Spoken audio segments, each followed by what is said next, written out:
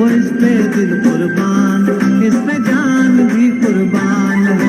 तेरा पाकिस्तान है, ये मेरा पाकिस्तान है, तेरा पाकिस्तान। बिस्मिल्लाहिर्रहमानिर्रहीम।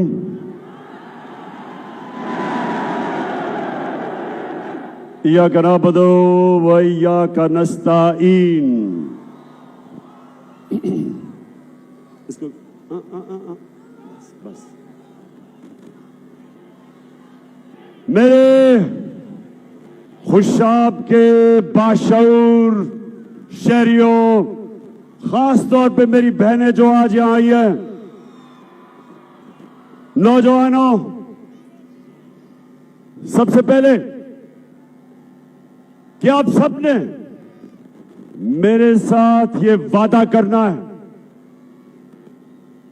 कि जो खुशाब में एक लोटा और एक लोटी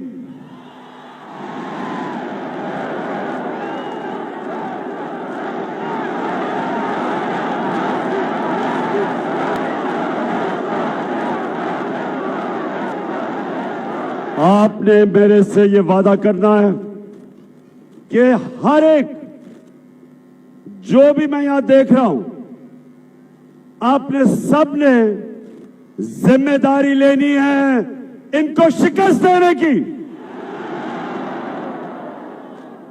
ये लोग जो वोट आपसे लेते हैं और अपने जमीर का सौदा करते हैं, अपने जमीर को बेचते हैं, जमीर की कीमत लगाते हैं, आपसे भी गद्दारी करते हैं, अपनी कौम से भी गद्दारी करते हैं, अपने आइन से भी गद्दारी करते हैं और अपने दीन से भी गद्दारी करते हैं। इसलिए आप सबने, जितने भी यहां नौजवान खड़े ऊपर, जो भी मेरी आवाज सुन रहे हैं,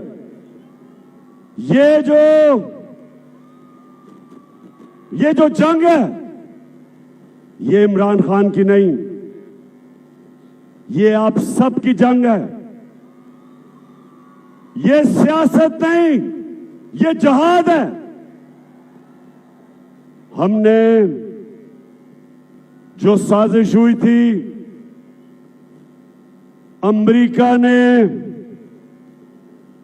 यहां के जो मीर जाफर और मीर सादिक को साथ मिला के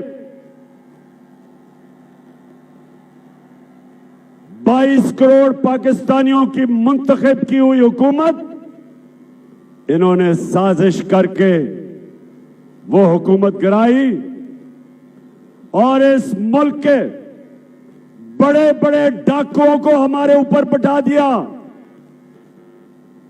22 करोड़ लोगों की तौहीन की, हमारी तौहीन की। अपने मुल्क में मैं मगरिब को बहुत बेहतर जानता हूं। मेरी बड़ी जिंदगी का हिस्सा क्रिकेट की वजह से मगरिबी मुमालिक में गुजरा। अपने मुल्क के अंदर एक जमानत के ऊपर, जमानत पे इंसान को वो चपरासी की भी नौकरी नहीं देते। हमारे मुल्क पे एक करप्ट तरीन, एक जूते पॉलिश वाले करने को हमारा सरबरा बना दिया। बताएं, क्या आप चेरी ब्लॉसम को अपना वजीर आजम मानते हैं? क्या हमजा कुकड़ी को अपना वजीर आला मानते हैं? और क्या आसिफ जरदारी बीमारी को आप उसको मानते हैं? और आप जिसकी कीमत बड़ी महंगी हो गई है, डीजल को मानते हैं? कौन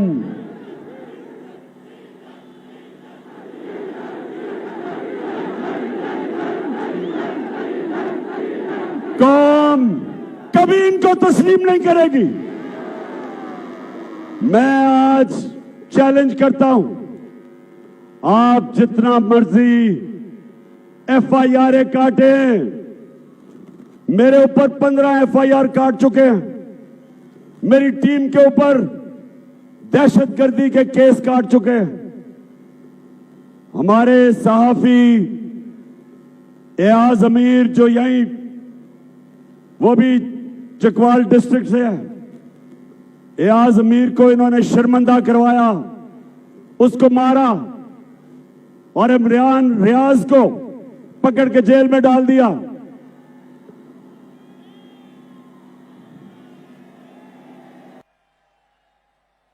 धमकियां दी जा रही हैं।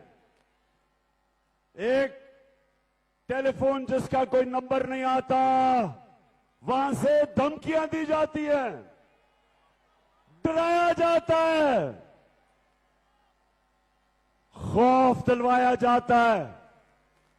एक आदमी बैठा हुआ है लाहौर में, उसकी सिर्फ एक मिशन है कि किसी ना किसी तरह इन चोरों को इलेक्शन जिता दे। वो लाहौर वाले को भी मैं बता रहा हूं कि तुमने जो मर्जी करना है, तुम सिर्फ अपने आप को जलील करोगे, लोग तुम्हें बुरा भला कहेंगे, तुम जितनी धांधली करवाओगे, तुम जो मर्जी कर लो, धांधली के बावजूद इंशाअल्लाह जब ये बाय इलेक्शन का अगले इतवार इनके फैसले आएंगे तो हमजा कुकड़ी वापस होंगे। धरती से फसली बटेरों को भगाएंगे। मेरे खुशाब के नौजवानों, अब मैं आपको एक मैं बात कहना चाहता हूं, गौर से सुने और सामने बस बड़े गौर से सुने। अभी बर्तानिया के प्राइम मिनिस्टर को उसकी अपनी जमात ने उसको बरतरफ कर दिया, हटा दिया। गौर से मेरी बात सुने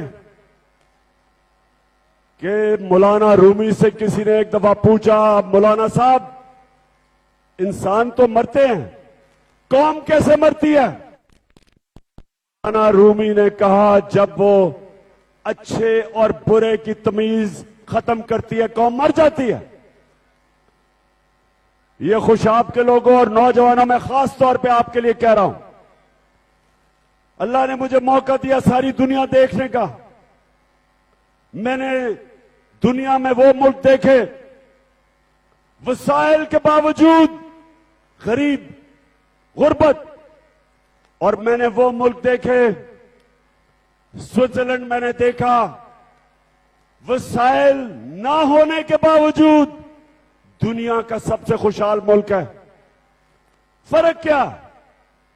फर्क वो है जो मेरे नबी मोहम्मद सल्लल्लाहु अलैहि वसल्लम ने आज से तकरीबन 1500 साल पहले कह दिया।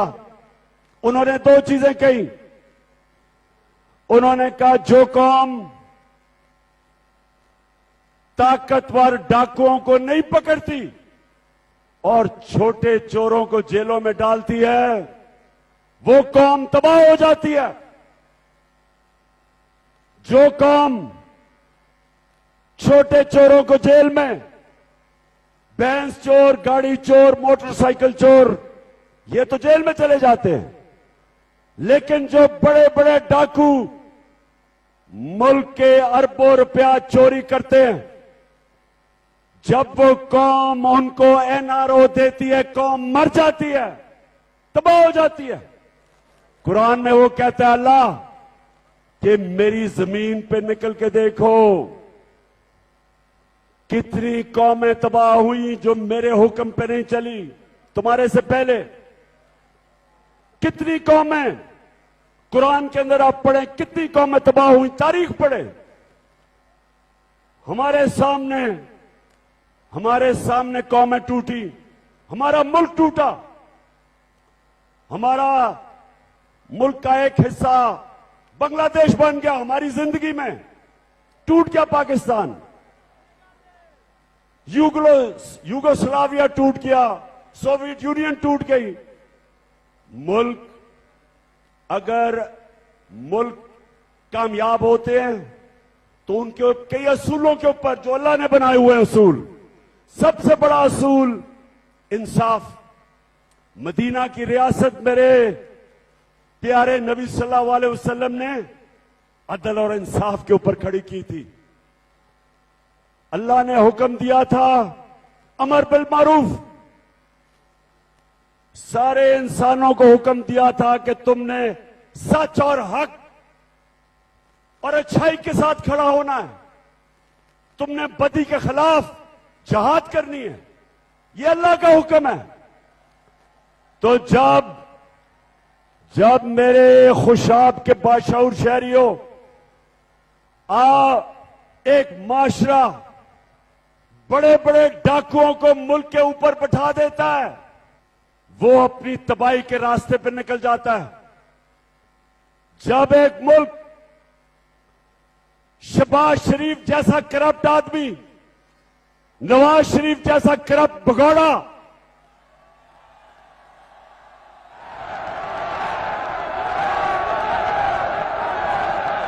आसिफ जरदारी जो 30 साल से मुल्क को लूट रहा है,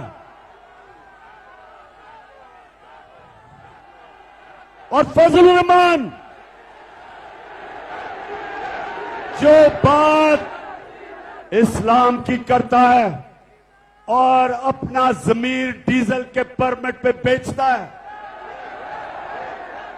जब ये लोग एक मुल्क के ऊपर क्यादत में आ जाते हैं तो मेरे खुशाब के लोगों, मेरे बहनों, मेरे भाइयों, मेरे बच्चों, ये याद रखें, वो मुल्क की तबाही, मुल्क की बर्बादी, वो मुल्क फनाई तबाही की तरफ जाता है।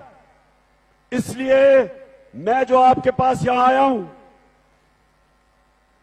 सिर्फ आपको एक चीज बताने के लिए कि ये जो इलेक्शन है, ये ज़िमनी इलेक्शन नहीं है, इसमें पाकिस्तान के मुस्तकबिल का फैसला होगा कि क्या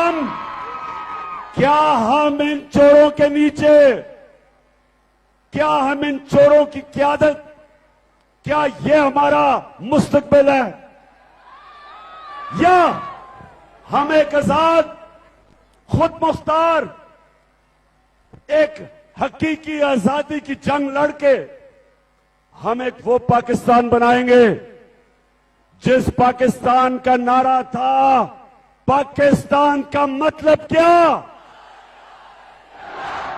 और मेरा तेरा रिश्ता क्या। मिलकर बोलो, हम सब वादा करते हैं, हाथ उठाकर मिलकर बोलो, हम सब वादा करते हैं, बस एक अल्लाह से। और ला इलाहा इल्लल्लाह का मतलब कि अल्लाह कोई नहीं है, खुदा तेरे सिवा किसी के सामने नहीं एक मुसलमान झुकता। और सिर्फ हम इसको शिर्क ना समझे कि मूर्तियों के सामने ना झुकना, मिट्टी के बुतों के सामने ना झुकना, सिर्फ ये शिर्क नहीं, कोई भी जो अल्लाह के किसी के सामने भी आप झुकेंगे। सबसे बड़ा बुत खौफ का बुत है। खौफ की वजह से, खौफ की बुत की पूजा करने की वजह से इंसान गुलाम बन जाता है। इसलिए मेरा अल्लाह कुरान में कहता है कि जो लोग ईमान ले आए मैं उनके खौफ दूर कर देता हूं। ला इलाहा इल्लल्लाह इंसान को गैरत देता है, गैरत देता है कि मैं अल्लाह किसी के सामने नहीं झुकूंगा। तो ये जो ऊपर चोर बैठ गए, खौफ तारी कर रहे हैं लोगों पे, सहाफियों पे, सियासतदानों पे दहशत फैला रहे हैं कि हम इनको कबूल कर लें। सुन लो शहबाज शरीफ चेरी ब्लॉसम, और सुन लो हमजा कुकड़ी, सुन लो जरदारी, तुम जुल्म करने वाले सिंध के लोगों के ऊपर जालिम आदमी, तुम भी कान खोल के सुन लो, और डीजल तुम भी सुन लो। हम पाकिस्तान के लोग कभी तुम्हें तस्लीम नहीं करेंगे। ना मंजूर ये इम्पोर्टेड सरकार, ना मंजूर। हम वो लोग हैं, हम वो लोग हैं, हम वो लोग हैं जो नबी सल्लल्लाहु अलैहि वसल्लम के नाम पे जान देने के लिए तैयार हैं। हम वो लोग हैं जो हम किसी सूरत अमेरिका की गुलामी कर कभी भी नहीं करेंगे। हम वो लोग हैं, अगर ये ऊपर बैठे हुए पैसे के खुदा की पूजा करने वाले, पैसे की बुत की पूजा करने वाले, ये शहबाज शरीफ, नवाज शरीफ और यासिर जरदारी, जिनका पैसा बाहर पड़ा है, मगरबी बैंकों में पैसा पड़ा है, ऑफशोर अकाउंट्स में पैसा पड़ा है, लंदन में बड़े बड़े मगरबी शहरों के अंदर बड़े बड़े महलात हैं इनके, ये अपने पैसे के गुलाम हैं। ये कभी इस मुल्क की मफादात के लिए नहीं खड़े होंगे।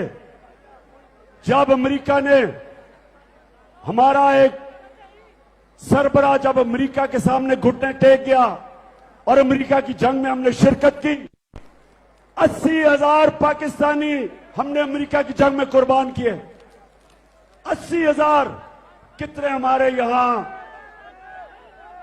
इस सारे इलाके के अंदर कितने हमारे नौजवान जो फौज में थे शहीद हुए, अपनी जानें दी उन्होंने।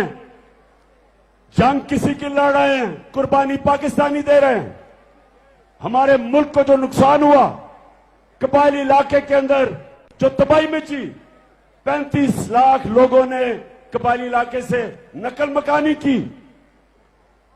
इस मुल्क के ऊपर जो इंसान की तारीख में पहली दफा हुआ कि हम अमेरिका की मदद कर रहे हैं, और अमेरिका हमारे ऊपर 400 ड्रोन अटैक कर रहा था जब जरदारी और नवाज शरीफ सरबराह थे। एक दफा इन्होंने मजम्मत नहीं की अमेरिकनों के सामने कि सारे इंसानी हुकूक की खिलाफ वर्जी, कि आप ही अमेरिका फैसला करना है मारना किसे है। 8,000 मील दूर से बटन दबाता है और यहां लोग मर जाते थे, और कोई उनका पूछने वाला नहीं था, क्योंकि ये अमेरिकनों के गुलाम हैं।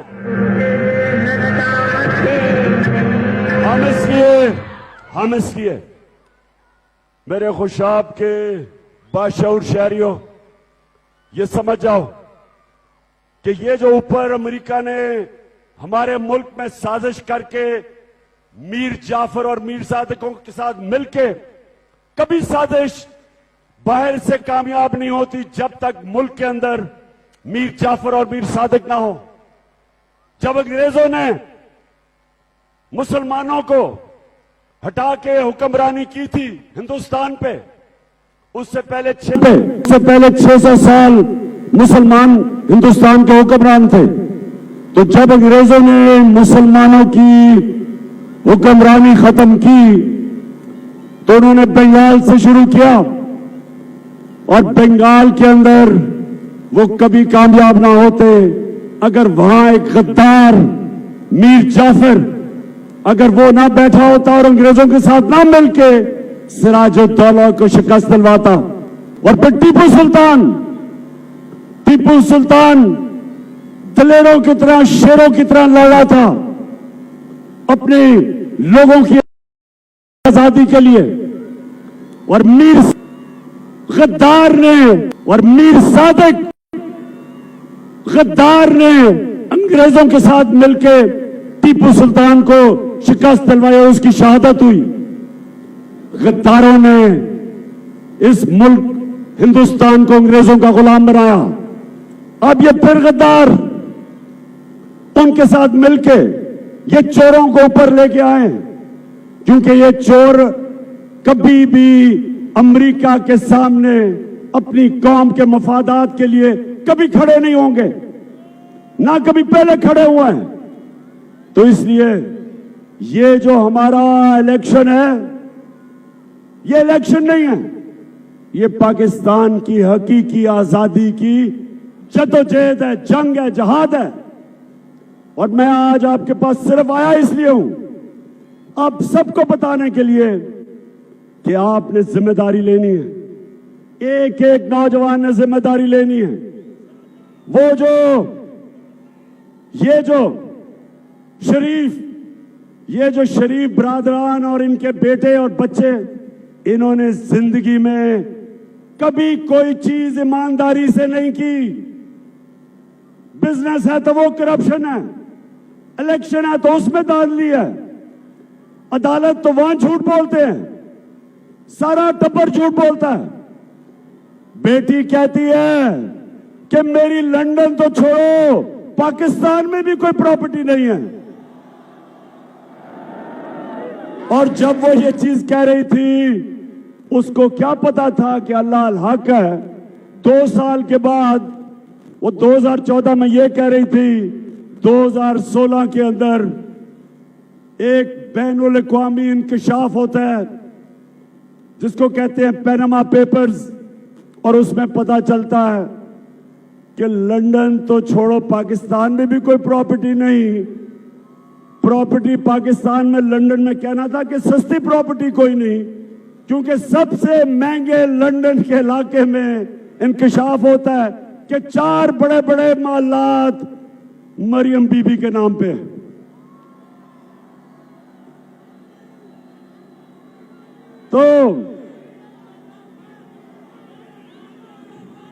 तो सुने, इन्होंने इलेक्शन में धांधली करनी है, और इनके साथ वो लाहौर में मिस्टर एक्स बैठा हुआ है।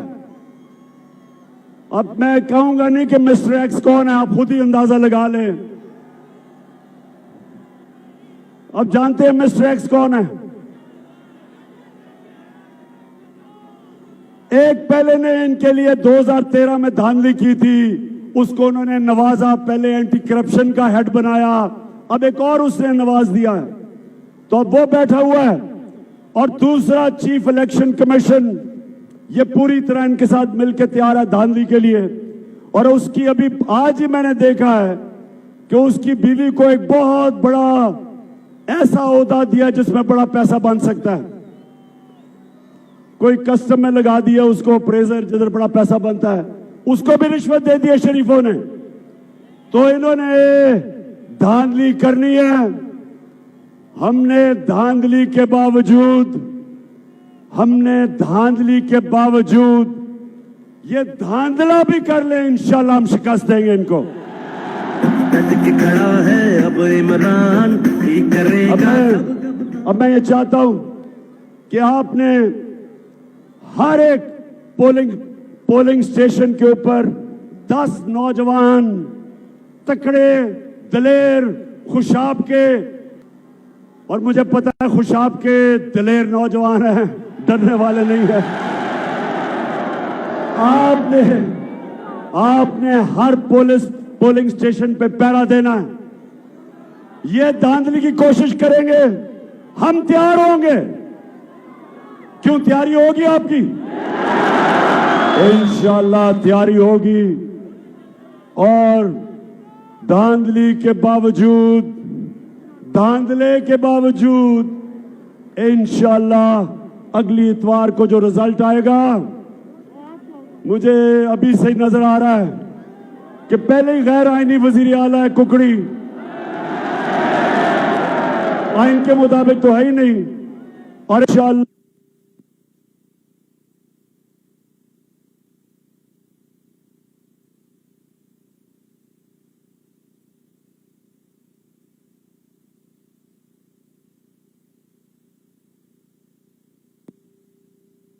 हमें वो भी पता है, बड़े हमारे वो भी कैंडिडेट हैं। लेकिन इस वक्त अगर आपने हमारे तहरीके इंसाफ का जो बल्ले का निशान है, अगर उसको आपने सबने मिलकर वोट ना दी, हमारी अगर वोट डिवाइड हो गई तो मुखालिफ जीत सकता है। इसलिए सबके लिए मेरा आज पैगाम है, आपने बल्ले को सिर्फ मोड़ लगानी है।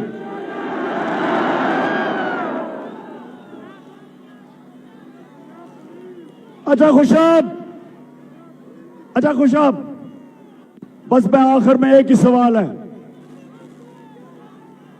मेरा आखिर में एक सवाल है कि मैं जब वापस आऊंगा खुशाब, क्योंकि आपको पता है यहां जौहराबाद में बड़ा टाइम गुजारता है, माजी में गुजारा हुआ है, आपका सारा इलाका जानता हूं, साथ ही मेरा मियां वाली है।